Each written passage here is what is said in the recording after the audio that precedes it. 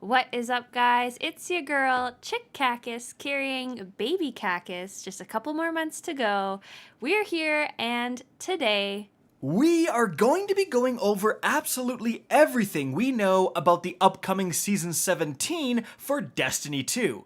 Now you may be thinking, wait a minute, this season is shrouded in mystery. The trailer hasn't even dropped yet, and in fact is releasing only a few hours before the entire season releases. And that is very true. However, over the past several months actually, Bungie has been dropping tidbits of information about this season. We actually know a fairly big amount of information regarding Season 17, and that's exactly what we're discussing in this video, and so let's get started. But just before we do, guys, there is a huge sale on Advanced GG, the best darn energy drink out there, the only one clinically proven to help your performance. That's why myself, MTash, Sir Demetrius, Frostbolt, and more have all partnered with them, guys. Pick up their flavors, support your favorite creators, and use code KHD30 for 30% off for only like one more day, so definitely get on it. Alright, now, when we're talking about Season 17, first off, it has been confirmed by the devs many times that remakes to either Arc subclasses or Solar subclasses are arriving next season. Now officially, we don't exactly know which one it is, however there are some leaks that do suggest that Solar 3.0 is coming next season. So, if you want to go level up and infuse some solar weapons, probably not a terrible idea. Now moving on from there, arguably the biggest piece of content coming next season is a brand new dungeon. Here's the information about it. So it's going to launch on Friday, May 27th at 10 a.m. Pacific. The recommended power for normal difficulty is 1550, and master difficulty is going to be available on day one. Now, Bungie actually also revealed the kind of loot you're getting from this dungeon as well. So, there's a new legendary armor set for every single class, there's 4 brand new legendary weapons, there's 2 reprised legendary weapons, so like vanilla Destiny weapons with random perks now. Then there's a new exotic weapon, a new exotic catalyst likely for that brand new exotic weapon, and there's an exotic accessory, so either a ship or a sparrow, and 2 legendary emblems. So quite a lot of loot there, 6 legendaries total, a whole exotic tied to this dungeon. Definitely a good piece of content in terms of the rewards at least.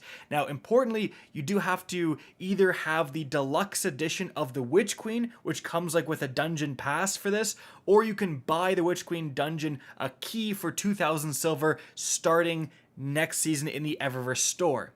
However, guys, speaking of dungeons and raids actually, something else that is coming in Season 17 is a rotating dungeons and raids playlist. So right now you have all these old raids sitting there like Last Wish, and they just aren't relevant. So in Season 17, you're going to have the newest raid, Vow of the Disciple. All of that stuff is going to kind of stay Pinnacle. And for the new dungeon, its rewards are also going to drop Pinnacle. However, you're going to have this rotating playlist for, again, raids and dungeons, so you're going to have a weekly featured raid. Let's say that is Last Wish. And if you complete the entirety of Last Wish, then you get an additional reward, and that will drop Pinnacle. So you'll have an extra chance for a Pinnacle for whatever the weekly featured raid and the weekly featured dungeon are. And not only that, guys, but they actually removed the weekly lockouts for these old raids that are going to be in these rotating playlists. Which means you can go and farm the crap out of these raids. Like right now, if you complete Last Wish on your Titan, you're going to get loot the first time, and then the second time, you're going to get nothing. Now, starting in Season 17, you're going to get loot every single time you complete that raid, even if it's on the same character. So if you're going after a certain raid weapon, especially with stuff from the Vault of Glass, like Fatebringer is a very desirable weapon, you can now go and farm Fatebringer over and over and over again and just keep doing that raid and get loot every single time. So definitely pretty sweet way to get that old raid gear. But moving on from there, let's talk about some of the brand new weapons confirmed to be in Season 17. So first of all, the brand new ritual weapon is going to be a new machine gun, the Chain of Command, pictured right here with its different ornaments. Then moving on from there, the Crucible is gaining the Riptide Fusion Rifle. For Gambit, there's going to be the Deadweight Shotgun added to the drop pool. Then for Vanguard, there's going to be the Strident Whistle Bow. And for Nightfalls in Season 17, the two new Nightfall weapons are going to be firstly the Horror's Least Pulse Rifle. I say new, these are reprised weapons. So the Horror's Least is an arc rapid fire pulse rifle. There's also going to be the DFA hand cannon, which is a 140 hand cannon back from vanilla Destiny. And then for Trials of Osiris, the new weapons being added are firstly the Forgiveness sidearm and then the Burden of Guilt fusion rifle. And you can see both pictured right here, with also there's going to be new Trials of Osiris armor sets as well, you can see in this picture. But moving on from Trials, we have Iron Banner, and IB has basically been completely overhauled in Season 17. So first of all, power level will not matter. It will be just like a normal game of quick play, so that means you can whip out the old sunset weapons in your vault. If you got a Recluse, you can use it in Iron Banner in Season 17. Additionally, there's going to be like no more Iron Banner tokens, and instead, Lord Saladin will act more like the Trials vendor, where you go and get Iron Engrams, and you take these Iron Engrams to Lord Saladin, and then you can focus them into what you want, making farming substantially easier. However, you can actually influence the drops you get and the reputation you get by putting on Iron Banner stuff. So, turns out, ornaments are also going to count for this. So you don't have to wear a full set of Iron Banner actual armor, you can just put on Iron Banner ornaments. And the gear multiplier is going to max out at 200%. And that's for 5 total pieces equipped. But this does include Iron Banner weapons apparently. So you can have like 4 armor pieces and 1 Iron Banner weapon to get the maximum bonus. Also, there's going to be daily Iron Banner challenges, and then if you complete these, you'll get more reputation and so on. And also, there's even an Iron Banner emblem, and if you equip that, you get an additional 10% for equipping this emblem. So basically, if you're grinding Iron Banner, Bungie wants you to be like all decked out in everything Iron Banner related in that playlist to gain a bunch of modifiers to gain additional loot. However, Iron Banner is going to appear a lot less often. Gone are the days where it's available once a month. It's only going to be playable twice in Season 17. The first time is Week 2, and that starts on May 31st, so that's pretty soon here. And then the next time is Week 8, which starts on July 12th.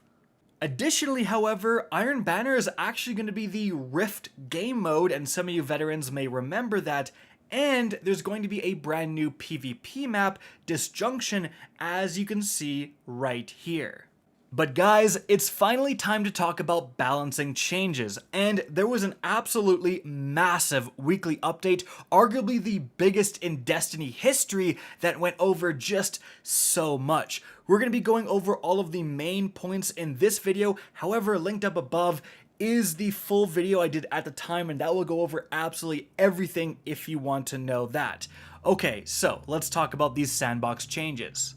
First off, glaives are getting some pretty substantial buffs in Season 17. They're going to now work with stuff that increases melee damage like Winter's Guile or Worm God Caress, so keep that in mind. All of the exotic glaives have gotten individual buffs as well. Next up, we have flinch, and moreover, we have ways to reduce the amount of flinch you're getting. So now in Season 17, you have flinch reduction tied into the stability stat. So with 100% stability for an auto rifle, you're going to get 25% flinch reduction. With a hand cannon for 100 stability, you get 15% flinch reduction. So it is different for the different weapon archetypes, but now stability is going to matter more when it comes to winning gunfights. And so is resilience. The more resilience you have, that's also going to come with a flinch reduction. So at 100 resilience stat, you get 10% flinch reduction. Also coming in Season 17 is a brand new weapon stat, Airborne Effectiveness. Now this isn't going to be on the main weapon stats next to range or anything, it's going to be a hidden stat so you can see it in the API on sites like light.gg, etc. But this is going to influence how effective you are in the air. So when you jump in the air right now, you kind of shoot randomly. There's a random multiplier of inaccuracy imposed on your weaponry. But starting next season, it will no longer be random. If you have your reticle exactly over someone's head and you're in the air, you will get a headshot. What's going away is aim assist. So right now, Destiny 2 does have a lot of aim assist, especially with stuff like hand cannons. If you shoot someone in the chest, it will still give you a headshot due to bullet magnetism. When you jump in the air, that stuff is taken away. So like I said, you have to have your reticle perfectly over their exact head to gain a headshot. But in Season 17, if you invest and create a build around airborne effectiveness and you get 100 airborne effectiveness, then there's going to be no aim assist penalty when jumping in the air. So on the ground or in the air, if you shoot someone in the chest, it'll count as a headshot. But again, you will have to basically create an entire build around airborne effectiveness. So certain weapons are going to have more airborne effectiveness than others. Here is the list for archetypes. So as you can see right here, hand cannons are going to range from 0 to 25. Sidearms can go up to 30, but sniper rifles, they can only get to 5. Exotics are all going to have their own airborne effectiveness stats, so you can see right here, the Sweet Business actually has a lot. The Skyburner's Oath obviously has quite a bit, but the Chaperone has basically nothing. You can also increase this stat by subclass perks, so the Heat Rises gives you plus 70 while it's active, the Tempered Metal ability plus 20, but Exotic Armor is another great way to increase your airborne effectiveness. So you can see right here, the Mechaneer's Trick Sleeves, because it affects sidearms, plus 50 to all sidearms. You have Lion Ramparts, plus 50 but hipfire only. Definitely one of the big ones is the Wings of Sacred Dawn, plus 50 to everything. So you're going to have to combine like a weapon with a high airborne effectiveness stat. You put on something like Icarus, that gives plus 15 airborne effectiveness. You combine that with, a certain subclass, a certain exotic armor, and then you're trying to get to that 100 airborne effectiveness stat. So you essentially build around this new stat.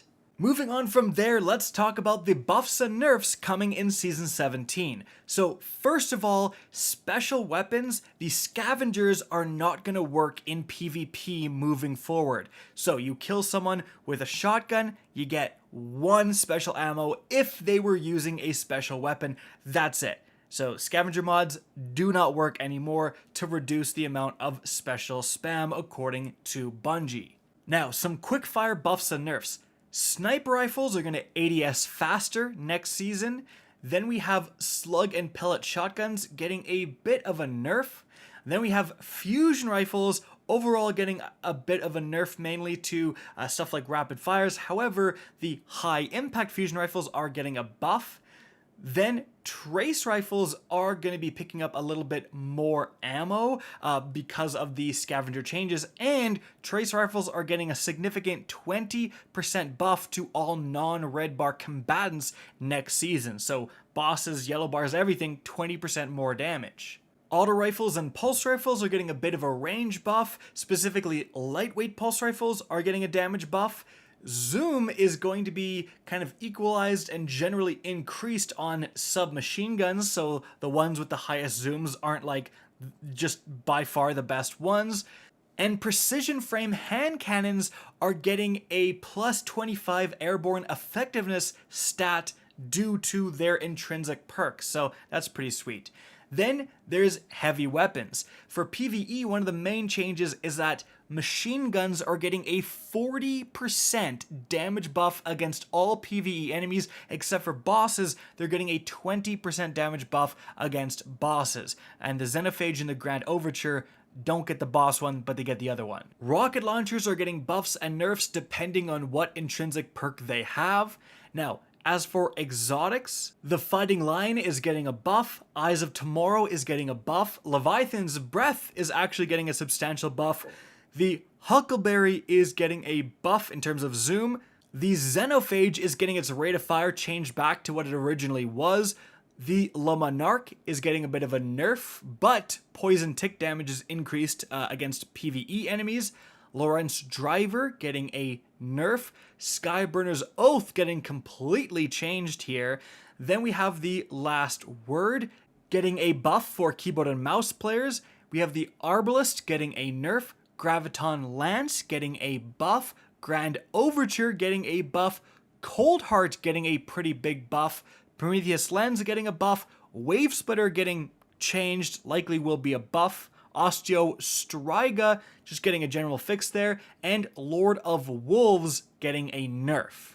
Now as for perks, Snapshot Sights getting a bit of a nerf on special ammo weapons, Opening Shot getting a nerf on shotguns, Full Choke is getting a nerf, Smoothbore is getting a buff, Desperado getting a nerf, Air Assault is coming back and now it gives plus 60 airborne effectiveness when wounded, same trigger as Eye of the Storm.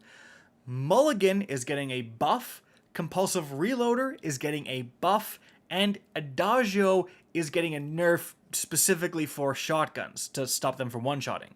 And then guys, as we near the end of the video, we have some random odds and ends changes. So right here you have the list of weapons leaving loot pools at the start of Season 17, and then also the list of weapons leaving loot pools at the beginning of Season 18, so they're only available for Season 17. Also, another change, vault space finally getting increased by 100 slots. You're going to be able to buy plus 10 season ranks day 1 from Eververse in Season 17. And guys, the very last thing is in Season 17, in terms of crafting, Ruinous, Adroit, Mutable, Drowned, all those elements are going away, and Neutral Element will be the only one that matters. So make sure if you have red border weapons, always be picking the one that gives you the most neutral element for Season 17. And so guys, that is it for really all of the main things we know about coming in Season 17. Of course, there are more kind of minor things and bug fixes I didn't go over because they really won't matter for 99% of players. I hope you guys enjoyed this video, found this informative, and if you did, please remember to help me out by simply rating and especially sharing this video. If you guys want to see more Destiny 2 content similar to this, don't be afraid to slap that subscribe button. If you want to get in touch with me and keep up to date with the latest channel activity, the best way is to follow me on Twitter at RickCacus. That is linked in the description down below. Again, I hope you enjoyed the video, and as always, have a good day.